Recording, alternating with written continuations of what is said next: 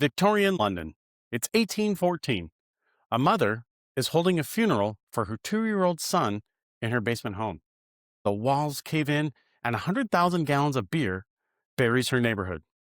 Well, that's where we're starting today. I'm going to tell you every detail of the Great London Beer Flood of 1814, and I make a promise to you, the ending probably will make you a little furious. To understand why this disaster was so devastating, you have to understand where it happened. Obviously, it's in London, but it didn't hit a nice part of London. It didn't hit a nice part of town. It crashed directly into one of the most miserable, overcrowded, and desperate neighborhoods in all of England. It was a place called St. Giles. If you've ever read Charles Dickens, St. Giles is kind of the place he was writing about when he wanted to make you feel, let's say, deeply uncomfortable. It sat right in the heart of London, and it had a nickname. It was known simply as the Rookery. The Rookery, well, that's not an affectionate name. A rookery in Victorian slang, it meant a dense cluster of crumbling housing where the poorest people in the city were stacked on top of each other. So let's explore this just a little bit. Think about this. London is exploding in population. People are coming in droves. People flooding in, no pun intended, from the countryside. The Industrial Revolution is cranking up, and they had nowhere near enough housing. So what did landlords do?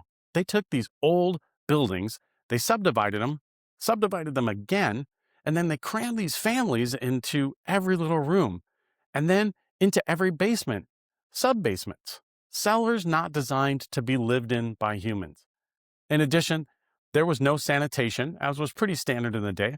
Open sewers were in the streets. Disease was constant. Cholera, typhus, tuberculosis, and yet people, they lived there, and they lived there because they had no other option at the time. This is the neighborhood that sat right next to the Mew and Company's Horseshoe Brewery on Tottenham Court Road. Mew and Company was one of the big London porter breweries. Porter is a dark, delicious, heavy beer. It would be the ancestor of what we would call a stout today, so like a Guinness, enormously popular. It was a working class drink, it was cheap, and it was filling, and made its scale. These breweries built vats. They didn't build barrels, they didn't build kegs, they built massive vats, massive wooden fermentation vessels holding tens of thousands of gallons of beer. Here's what nobody told the public. These vats were essentially giant pressurized wooden bombs. They're held together by iron hoops, and there were no real safety regulations. They weren't inspected very regularly at all, and they just kind of hoped for the best, that they would stay together. The Mew Brewery had one vat in particular that stood about 22 feet tall and held over 100,000 gallons of beer. In today's terms, that's 4 backyard swimming pools. And October 17th, 1814, one of the iron hoops, well, it snapped. Pressure inside was so great that once that one hoop gave away, the wood started to buckle, then the vat burst. The shockwave hit the neighboring vats, and they burst too.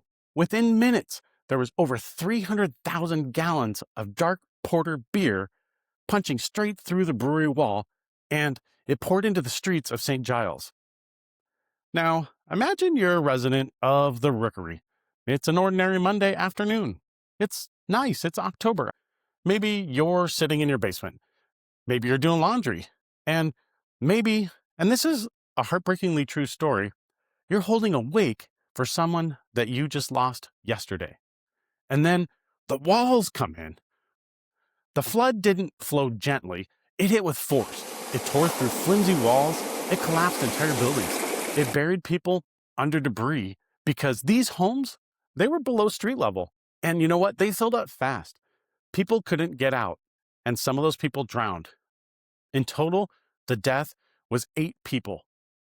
Okay, here is where the story takes a very weird turn. The word spread fast in 1814 London, and the word that was spread? Free beer! It was in the streets of St. Giles. People came. Of course they did. It's free beer. This was a neighborhood where people were struggling to eat at the time. It was a very poor place. And here, there were entire streets running with dark porter beer for free. Locals arrived with pots, they arrived with jugs, buckets, cups, hats, really anything that could hold liquid. Some accounts do suggest that there were additional deaths that occurred the days after, not from the flood itself, but probably from the beer that was consumed at that point in time. Remember, it wasn't very sanitary and they were drinking this beer. So the same disaster had multiple causes of death. And you'd think that killing 8 people and destroying a neighborhood block would result in some serious consequences for the Mew Company. Well, you'd be wrong.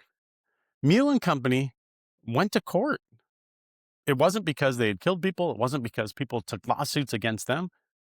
They got their case examined, and the jury returned a verdict that the disaster was, get this, an act of God. Nobody was liable. Nobody was fined. Nobody faced criminal consequences. The brewery, operating a massive pressurized vat in the middle of a packed residential slum with zero regulatory oversight, walked away completely clean. And then the brewery actually applied to the British government for a tax refund on the beer that they lost in the flood. And you know what's even crazier is they got it. The British government reimbursed Mew Company for the tax on 100,000 gallons of beer that had literally just killed 8 people and had destroyed an entire neighborhood.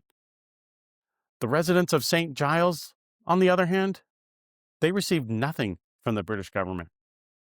So I want to zoom out for just a second and think about that. This story is funny in a dark way. The images are absurd when you think about beer flooding a street. The details are kind of outrageous, but there's a real reason it's worth knowing about beyond the shock value. The London beer flood happened in 1814, right at the height of the early Industrial Revolution. Private industry was expanding faster than government had any framework to regulate it. Factories, breweries, chemical plants, mines, they were all operating in populated areas at a massive scale, and they had almost no accountability. And so when things went wrong, and they went wrong pretty constantly, the people who paid the price weren't the businesses. The people that paid the price were always the people with the least amount of power. The residents of St. Giles, they didn't choose to live next to a brewery full of pressurized vats. They lived right where they lived because it was the only place they could afford at the time. And when those vats exploded, the legal system said, God did it. Nobody on earth is responsible. Here's a refund for the beer that you lost. That tension between industrial power and the people living in its shadow, well, it would define the next century. The labor movement, safety regulations, corporate liability law, all of it grown from moments that were exactly like this one. The residents of St. Giles, they didn't get any justice, but eventually enough disasters like theirs did stack up, and the world started building systems to prevent the next one. Or at least they would try to. So, the Great London Beer Flood of 1814. As a recap, 8 people died, unfortunately. A neighborhood was completely destroyed, and the brewery that did it got a tax refund from the British government. And somewhere in the streets of the Rookery, people were scooping dark porter out of the gutter with their hats. History is wild, and I have several stories that are just as strange and just as weird as this one. You can click one of them right here.